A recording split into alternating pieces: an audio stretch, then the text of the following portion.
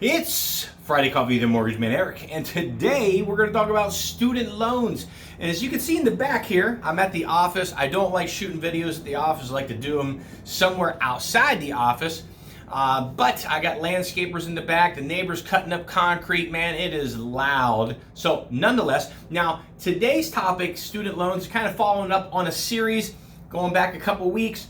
We talked about credit cards, how they impact your eligibility to buy a home and your credit score. And then we talked about vehicle loans, car loans, installment loans, and how they affect your eligibility to buy a home. So today, student loans. And I gotta say, student loans is probably one of the most misunderstood theories out there that I hear all the time from borrowers and realtors because of the old rules, right? And we're gonna get into this. So if we went off the old rules, which you guys have probably heard this, hey, if you can show proof that they were deferred or that your loan payments, your student loan payments are deferred for 12 months, you don't have to count them in your debt versus income ratios. Well, that changed a good couple years ago for the worse, unfortunately. Now let's break that down, right? This is one of those things where they, in my opinion, they needed to clean up the industry, the guidelines, because if we put somebody into a home and their student loan payments are only deferred for 12 months, what happens on month 13 when they go from $0 to $400 a month in student loan payments? That's going to affect them drastically, significantly, in my opinion. So I didn't like the rule, me personally, but obviously we wrote loans using that rule. Well, years ago it changed.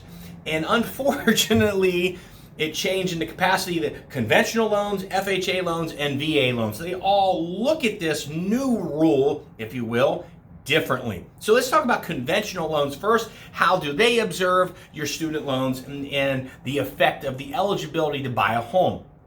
It's pretty simple.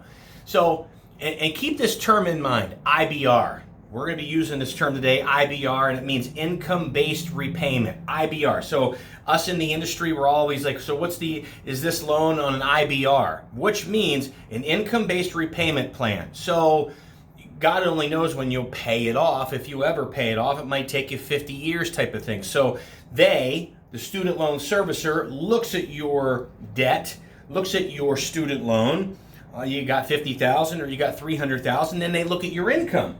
And they base your payment based on your income. Income-based repayment plan, IBRs. So, opposed to a 10 or 20-year fixed term, you pay this payment, the same payment over the next 20 years or the next 10 years, and then we're done. Income-based repayment plan, goodness gracious, it could be $0 a month, it could be $25 a month. That thing could go on forever if you follow me. So, the IBR has created an issue within this guidance, if you will. So back to conventional loans and how do student loans affect the eligibility to buy a home? Here we go. You can no longer have deferred student loans in a conventional loan. They just won't allow it. So if they are deferred, let's say they are deferred. So we as a lender have to take 1% of the loan balance, and let's say it's $100,000. So 1% of that is $1,000. So on paper, we have to give you a $1,000 payment on paper, okay? Now, if it is in an IBR, an income-based repayment plan, you got a $100,000 loan and you're making a payment of $83 a month, and that's how it reports to the credit report. That's what we use, $83 a month. We move on, and everything's great. That's conventional. FHA, here's where FHA gets sticky, man. And I don't agree with FHA on this. First off, they don't allow your loan payments to be deferred for 12 months. You don't have to count them. If they are deferred, they take 1% of the balance. So again, $100,000 in student loans, that's $1,000 a month payment on paper. You got to qualify like that. Don't care if you're not making any payments. Don't care if it's going to be, $220 once you get out. Doesn't matter. 1% of the loan balance. So let's say that it is in an income-based repayment plan and it is $62 a month. FHA doesn't care. Unlike conventional. Conventional will take it. Conventional's like, okay, you're in an IBR, that's fine with us, we'll take it. FHA says, no bueno, we're going to go back to the calculation of 1%, unless you have a fixed term. So if you're in a 10-year fixed or a 20-year fixed, FHA will take that. Otherwise, FHA is going back to 1% of the loan balance. And this is a huge misunderstanding still today in our industry, because we have people that always say, hey, we can defer them for 12 months. We don't have to count them in your debt versus income ratios, right? Wrong. No, that's not how it works anymore. And that's why we're talking about this today. Now, what's left? VA loans. VA is kind of an anomaly.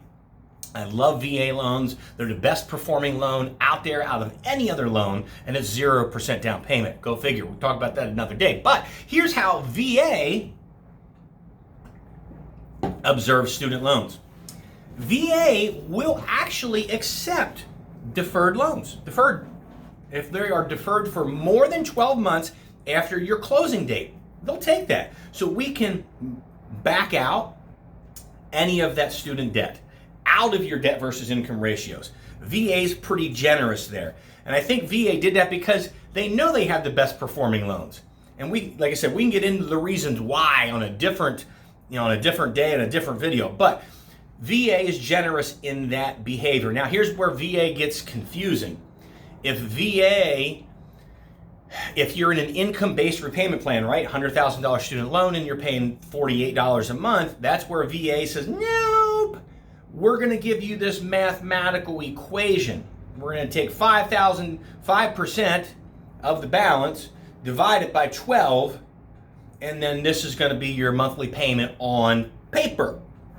So that's VA stance. Now, if you have a fixed 10-year or fixed 20-year, of course, they accept that. So they are the differences. Conventional, FHA, and VA. They're the differences on student loans, how they observe, how you can become eligible or ineligible to buy a home. So look, if you have $200,000 in student loan debt and we've got to go FHA, right? And we may have a problem with your eligibility to buy a home.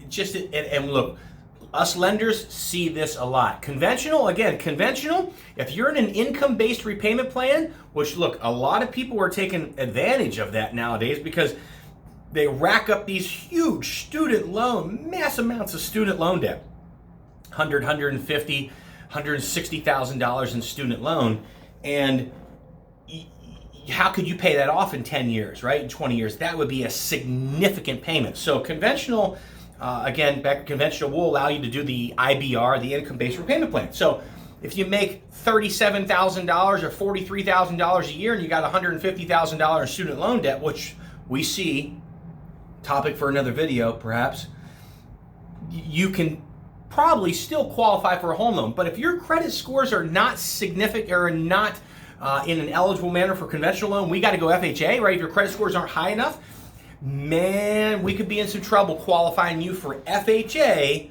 with a lot of student loan debt. So anyhow, that's student loans, IBR, income-based repayment plans. And this is Friday Coffee with your mortgage man, Eric, 602-757-2171. Have a great Friday. And Eric Kinnaman Loans, that's plural.com. You can catch all the videos there on the website as well. I have a YouTube channel as well. Make it a great day. We'll see you. Bye.